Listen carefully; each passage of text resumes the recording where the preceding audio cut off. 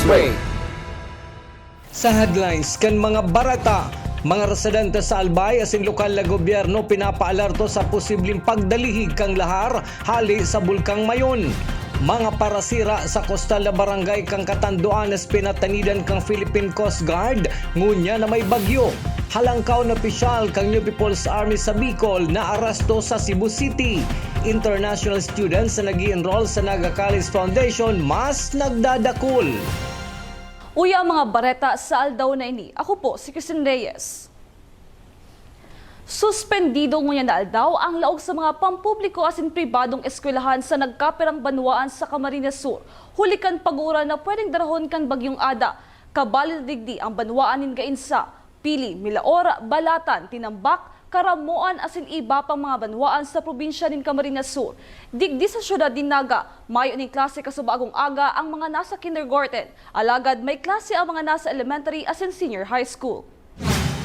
Sa banwaan nin Milaor, Camarines Sur, siniguro kan Municipal Disaster Risk Reduction and Management Office na andam naman sinda sa epektong dadarahon kan bagyong Ada sa saindang banwaan.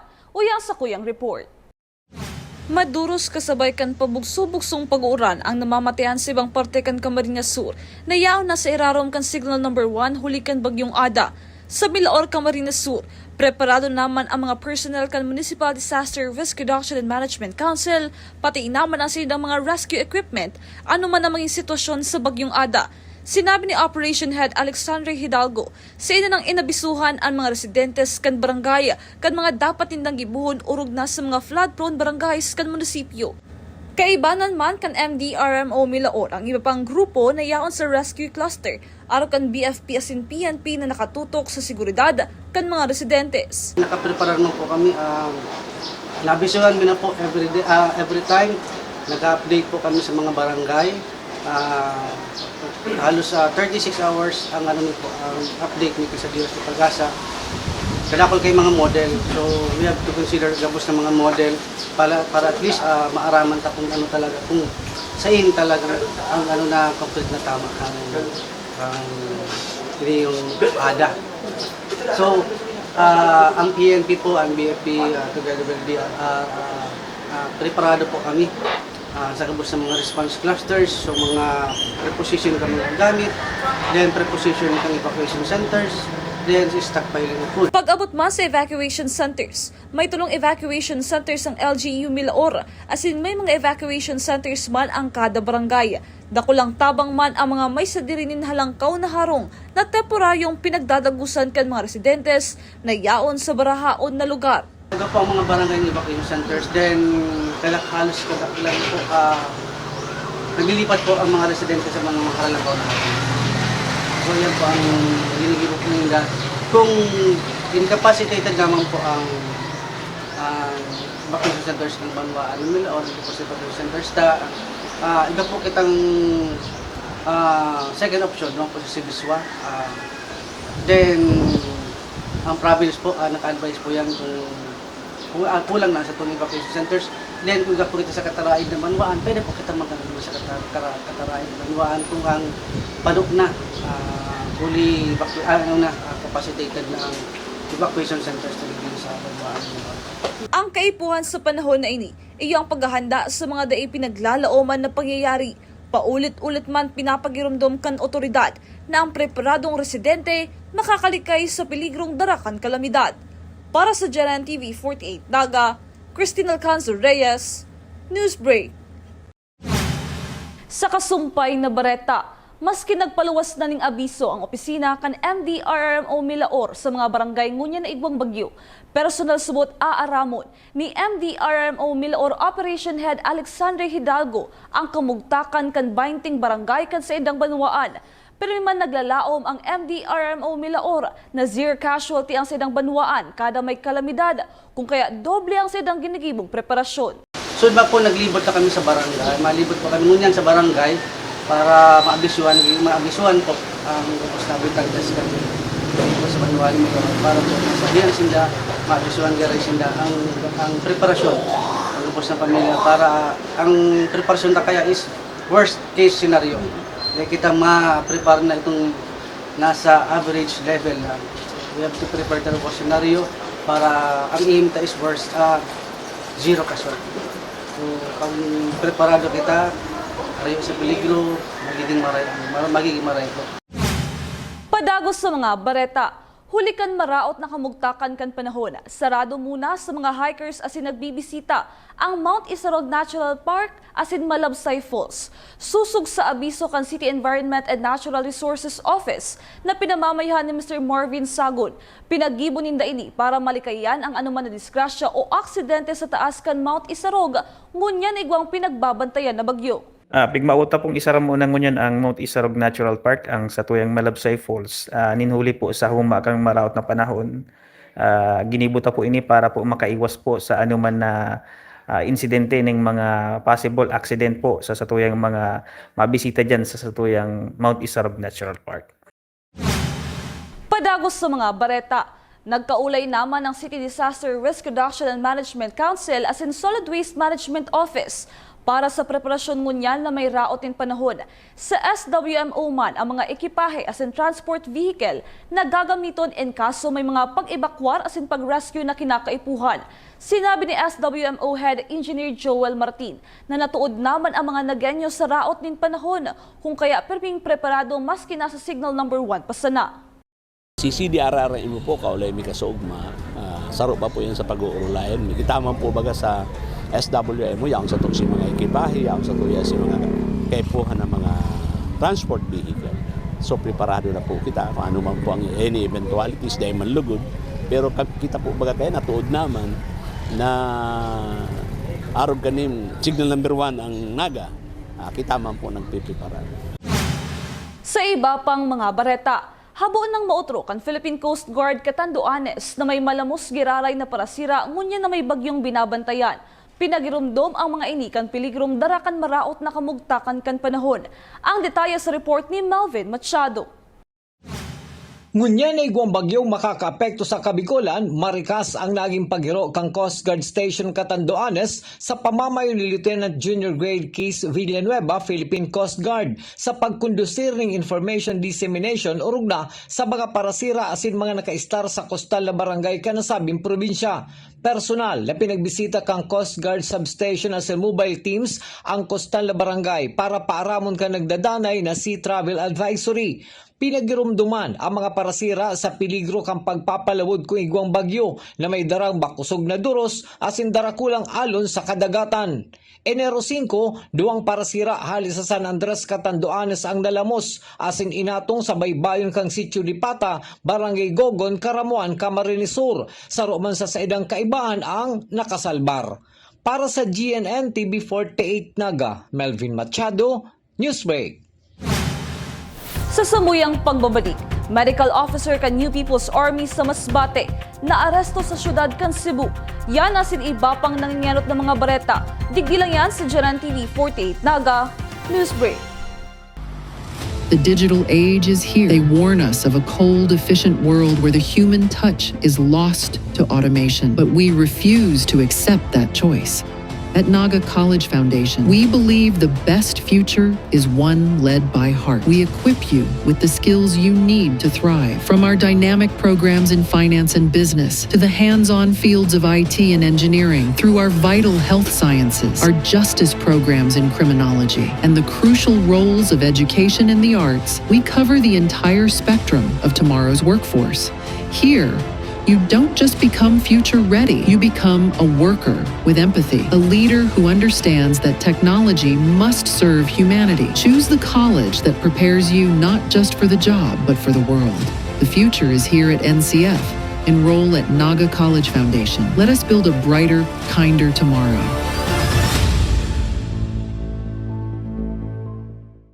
The future is a race. At Naga College Foundation, we don't just keep up, we set the pace and we change the game. College of Business and Management, where ideas grow into enterprises. College of Teacher Education, shaping minds that shape the nation. College of Health Sciences, where compassion meets innovation. College of Engineering, designing solutions that redefine tomorrow. College of Arts and Sciences, fueling creativity, culture, and connection. College of Accountancy and Finance, empowering the economy through mastering numbers and market, College of Criminal Justice Education, protecting communities with excellence and integrity, College of Computer Studies, coding the language of the future. And with NCF micro-credential programs, you don't just wait for the future, you leap into it. Gain and demand skills fast, short, powerful, and flexible, designed to fit your life and fuel your career. 8 colleges, endless possibilities, and micro-credentials to keep you ahead of the game.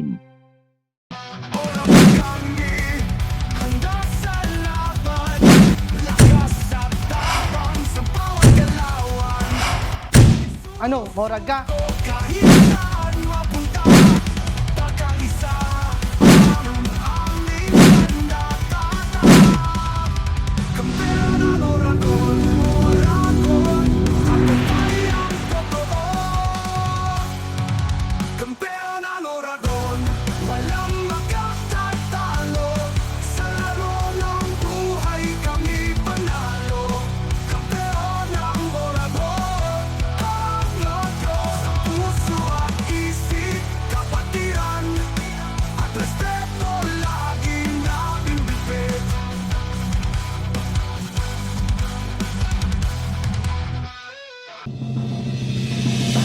Pagkaibahan mo yan sa custodial facility kang Pasado alauna yung medyo yung pagkaalam ng sultan. Sinabi ni Romero ang exception sa investigation. tayo ang apektado kang Newsway. Bilang kankaso ng violence against women and children sa siyudad din Naga na pinagdulok sa Women and Children's Desk kay Naga City Police Office, nagbaba ka nakalihis na taong 2025. Ang kumpletong detalye sa report ni Cristina Valenzuela. Sa nakalis na taong 2025, buminaba ang bilang kan mga kasong nairehistro kan Women and Children Protection Desk o WCPD sa siyudad ng Naga. Ini ang naging pahayag ni Police Captain Richilda Matias, ang hepe kan WCPD Naga City Police Office. Naging epektibo subuot ang mga lakdang na ginibo kan mga personahe kan WCPD para mapababa ang mga kaso. Nakatabang na maray ang pakikipagkoordinar sa 27 na barangay sa siyudad kang Naga, ang pagbisita sa mga eskwelahan, asin ang pinakusog na pag-implementar kang curfew para sa mga minor de edad. As per our data, nagbabangan po ang satuyang cases sa WCPD. And papadagos na po niya na 2026 na sana mas magbaba pa talaga siya and ma-prevent nga po talaga. Siyempre yung efforts din po kan sa tuyang mga WCPD personnels with regard sa coordination sa barangay, schools, and community man din po. And then yung curfew for minors tangani po, mas lalo ta pa pong tigpapa-intensify para ngani po ma-prevent man na insidente. Alagad sa pagtauning solusyon sa mga kasong may koneksyon sa violence against women and children, naging angat sa mga personay kan WCPD ang kooperasyon kan mga magurang lalo na kung ang sa indang aki ang nakagibo ng krimen. Ang inot na challenge po kasi minsan po kaya ang cooperation din po kang magurang kasi syempre nga ni po ang mga nakakakumit din po ng crimes na mga kaakian is minsan ang reason ninda is napapabayaan sinda kang parents. Kaya yan nga ni po house-to-house visitation and siguro reminders na din po nga ni sa parents na taga-check man din nga ni po ang sa inda mga kaakian kasi minsan dahil man din sa peer pressure sa mga barkada ninda kaya duman sinda nakakakuha ning suporta kaya lugod na papariwara man din ang iba. Kaya siguro hagad mi na lang ang cooperation tabang kang mga parents kasi syempre nagpupuon man din talaga sa harong kung paano man din mag-grow ang sarong aki. Ngunya na taong 2026, plano ni Police Captain Matias na ipadagos ang Project Dalan, lalong pakusugon ang koordinasyon sa mga barangay, komunidad asin sa lokal na gobyerno kang Naga para lalong matutukan ang seguridad kan mga kababaihan asin kaakian. Ipapadagos na po ang Project Dalan and syempre mas padagos-dagos pa pong coordination sa barangay and community, and at the same time sa LGU para magaigwa din po kita, maka-craft man din po kita ni mga other projects pa po para at least matutukan ta pong maray ang women and children. Project Dalan is viewing po yan sa community para maging aware po ang mga kaakian, ang kababaihan, and syempre tiga-aware ta naman din po ang mga kalalakihan na iyong ani din po ang nakakakomit kang anti-violence against women and children. Para sa Janan TV 48 Naga, Cristina Valenzuela, Newsbreak. Mientras tanto, ngunya na bulan in Enero, nakaschedule ang Women and Children Protection Desk Canaga City Police Office na magbisita sa lokal na gobyerno Canaga para makipagkoordinar sa mga proyektong may koneksyon sa pagprotehir kan diretsyo kan mga kababaihan asin kaakian. Apwera digdi, tututukan kan WCPD ang Children's Home kung sa minor de edad na nakakagibo nin krimen o inaapod na children in conflict with the law. Sa paaging ini, mapag-aadalan kan WCPD kung anong mga estratehiya ang dapat gibuhon para maprotehiran ang mga kaakian sa syudad. Yang Project Dalan po, and then syempre ma-coordinate po kami sa LGU, and tututukan mi din po ang Children's Home kung saan nga po tigdadara ang mga minors na nakakakomit man din po ng mga crimes para at least po magkaigwa kami ng mas makusog na strategies kasi nga po para maproteksyonan ta po ang mga kaakian lalo na. Sa iba pang issue, sa roman sa pinagtututukan kan lokal na gobyerno Canaga ay ang Children in Conflict with the Law. Ngunya na pinagpapakarhay ang Metro Naga Sports Complex. Temporaryong yaon sa second floor kang opisina kan City Social Welfare and Development Office ang 5 aki.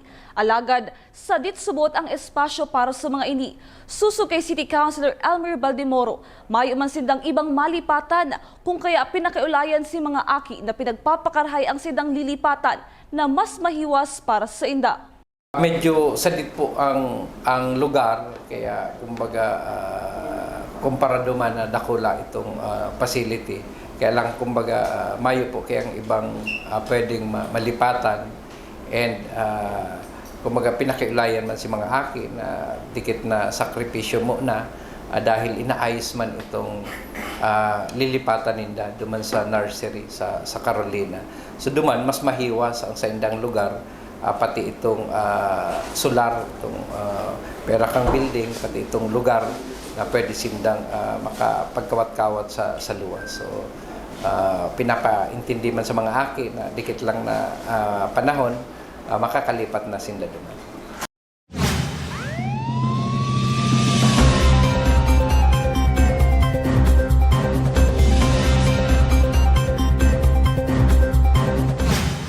Arestado kan mga personahe kan Criminal Investigation and Detection Group o CIDG Camarines Sur ang 20 anyos na si Ayas Kelly.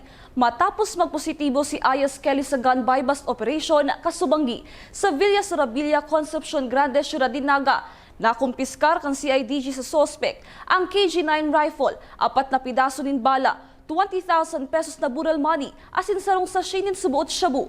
Napag-araman pa na may dating kasong frustrated homicide ang suspect, alagad nakapagpiyansa. Dinaraman sa ospital ang nasabing suspect para isairarom sa medical examination asin temporaryong ikukustudiya kan CIDG Camarines Sur, mientras na pinaghahalat ang commitment order kan korte.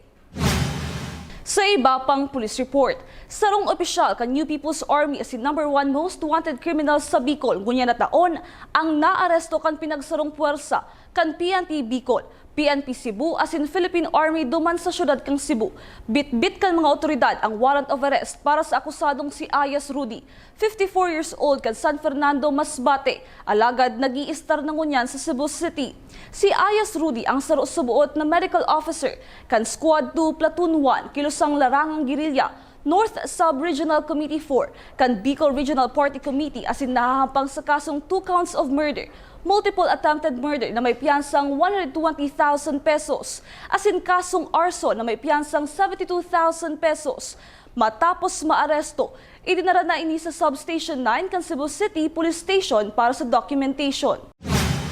Sa iba pang bareta, sa paakan social media post ni Public Safety Office Executive Director Renu Gumba, kinumpirmar kaini na may nagkaperang strike teams ang Public Safety Office na nakadeploy sa Sentro Canaga.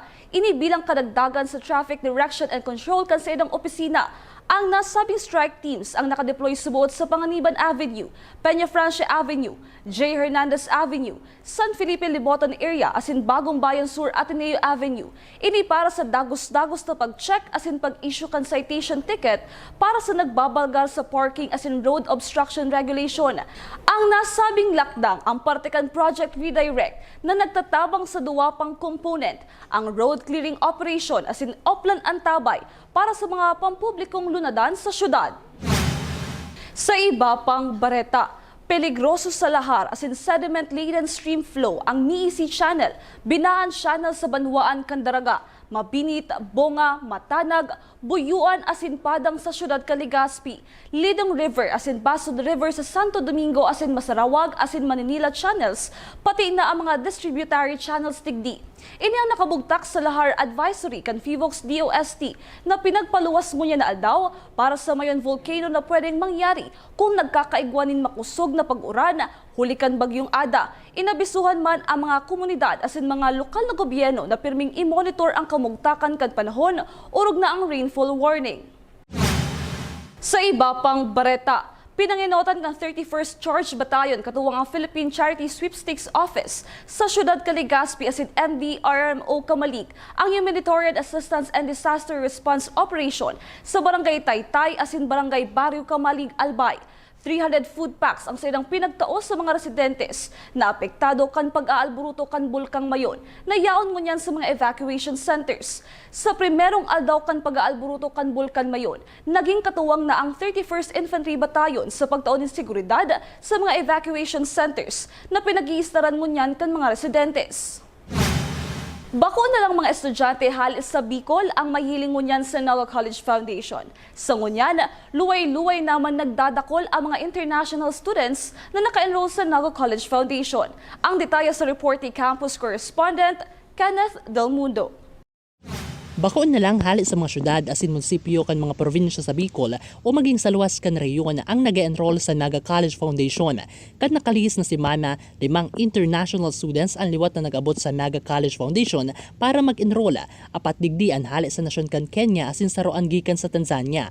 Maugmaman sindang sinabat asin pinag-welcome kan mga faculty asin staffs kan NCF College of Health Sciences na pinangunotan kan Foreign Students Coordinator na si Leon Manrique. By this time, I have 5 new students, 4 from Kenya and 1 from Tanzania. They just arrived last week from Cebu City, but they are transferees coming from Southwestern University. And I think maybe they selected Naga College Foundation because one of the foreign students from Tanzania came here last December, and she already go around here in Naga College Foundation to see the good facilities. So maybe they are amazed with our good facilities in Naga College Foundation. Ang pangyayaring ini sarong pagkakataon para sa NCF College of Health Sciences Department na maipabisto ang mga high-tech equipments as in state-of-the-art facilities na sarong orgulyo kan institusyon, bako lang locally kundi internationally. Actually, because the College of Nursing is fully accredited by the Bureau of Immigration and CHED, that's why this is a big impact for the foreign students, especially for the skills laboratory in the College of Nursing. It's all completed with mannequins, especially the Alex mannequin. I encourage every foreign students to enroll here in Naga College Foundation because I do hope that we will entertain you very We are very accommodating, especially with the foreign students to enroll here in Naga College Foundation. Unaffordable tuition fees asin magayon na environment and pera sa factors na nahiling kan mga foreign students sa pag-enroll nila digdi. The reason why I chose Naga College, number one is because the school fee is affordable for me, and also I get to interact with other international students, and also I get to access to good quality education and to get my degree in nursing and go back to my country and do the nursing there, practice my nursing there. I would love to thank you, the NCF, for giving me an opportunity to come to study here and trusting in me to come and study here too. And I'm so grateful for me and also my friends and all the international students as a whole. Yeah, so thank you. There's a friend of mine who also studies here in Naga College Foundation who told me the information about the school.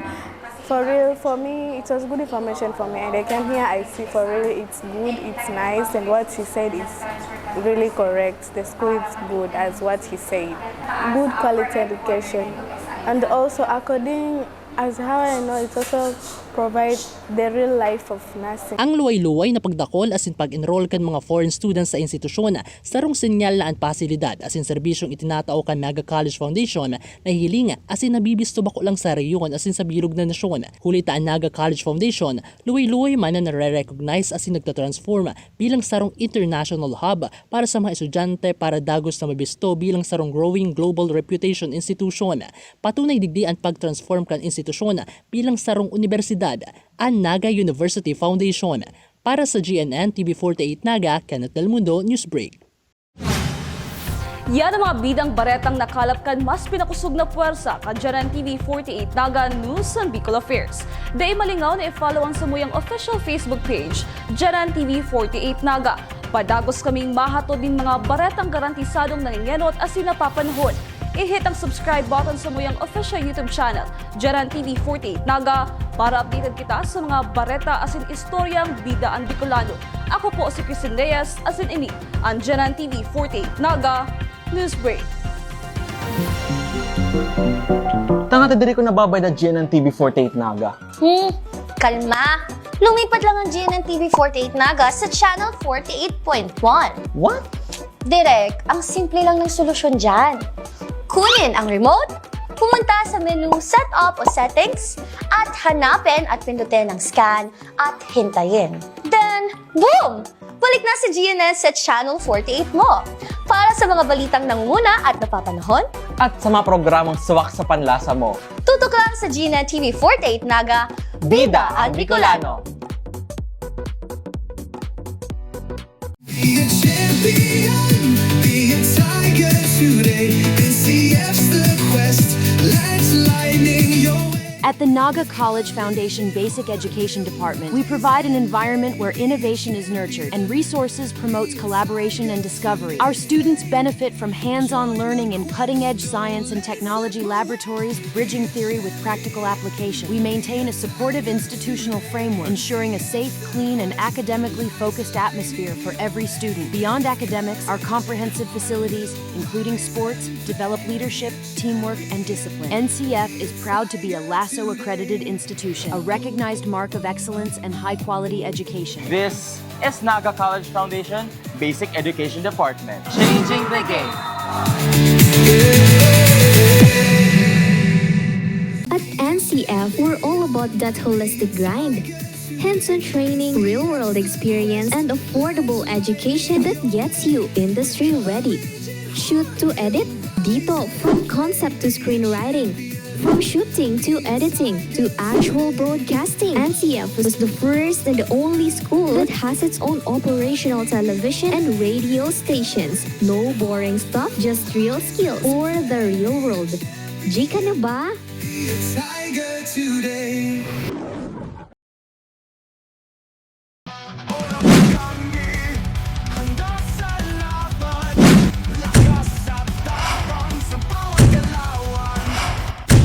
Ano, morag ka?